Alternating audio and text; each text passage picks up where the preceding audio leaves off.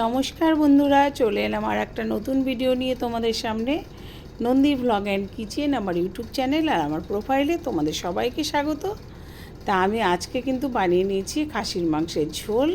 তো সেটা আমি কিভাবে রান্না করলাম, রান্না করার প্রসেস তো এক একজনের এক এক রকম হয়। তা আমি যেভাবে রান্না করলাম সেটাই কিন্তু আমি তোমাদেরকে দেখাচ্ছি। প্রথমে আমি আলুগুলোকে নুন হলুদ মেখে মাংসে যে আলুগুলো দেবো সেই আলুগুলোকে আমি একটু ভাজা ভাজা করে নিচ্ছি। আলুগুলোকে তুলে নিলাম একটা পাত্রে, আর তারপরে আমি সেই তেলের মধ্যে দিয়ে দিলাম এলাচ আর লবঙ্গ ফোড়ন। এবার এলাচ লবঙ্গটা অবশ্যই একটু আমি ভাজা ভাজা হতে সময় নেব। তো এলাচ লবঙ্গটা কিন্তু একদমই সুন্দরভাবে ভাজা ভাজা হয়ে গেছে, আমরা দেখতেই পাচ্ছি।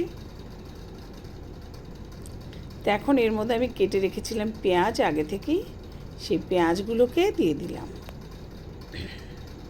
পেঁয়াজগুলোকে কিন্তু আমি একটু ভাজা ভাজা করে নেব। তো একটু ভাজা ভাজা করে নিয়ে আমি তার মধ্যে একটা টমেটো খুব ছোট ছোট করে কেটে দিয়ে দিলাম।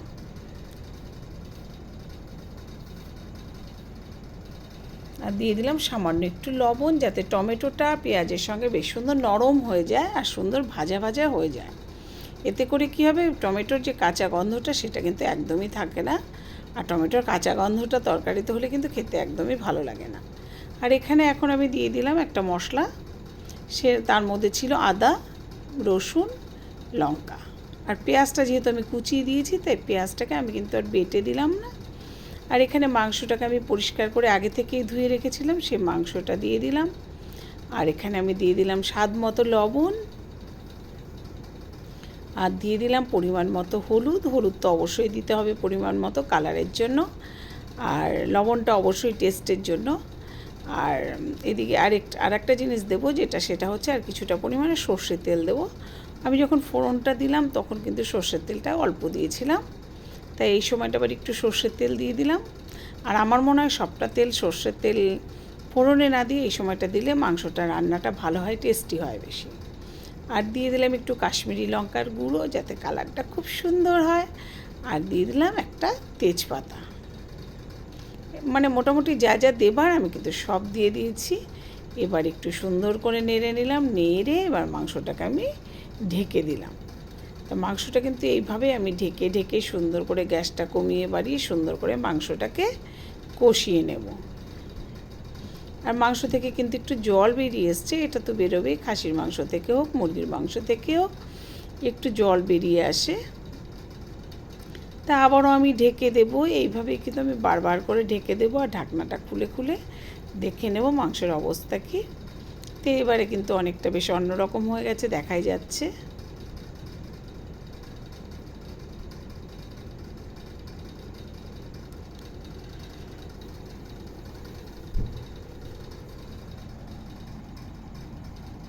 তা আমি আবারও ভালো করে নেড়ে নিলাম, নেড়ে আবারও কিছুক্ষণের জন্য একটু ঢেকে দেবো এখন আমি।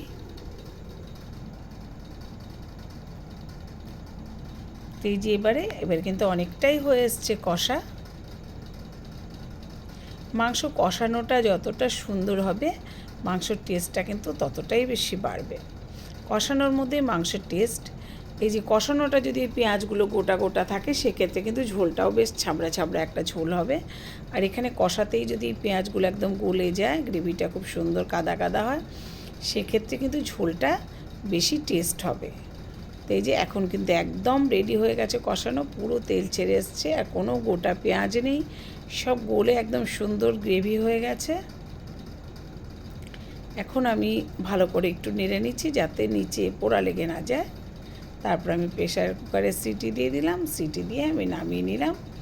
আমি প্রেশার কুকারে 3টে সিটি দিয়েছি এমনি, তারপর আলু দিয়ে একটা সিটি দিয়েছি, দিয়ে নামিয়ে নিয়েছি। তো ফ্রেন্ডস, তোমরা এবার দেখো আমি যে রান্নাটা করেছি তোমাদের কীরকম লাগলো, অবশ্যই লাইক কমেন্ট শেয়ার করো। আর YouTube channel Nandi blog and kitchen থেকে যারা দেখবে তারা অবশ্যই সাবস্ক্রাইব করে দিও। তোমাদের সবাইকে টাটা, দেখা হবে পরবর্তী ভিডিও নিয়ে।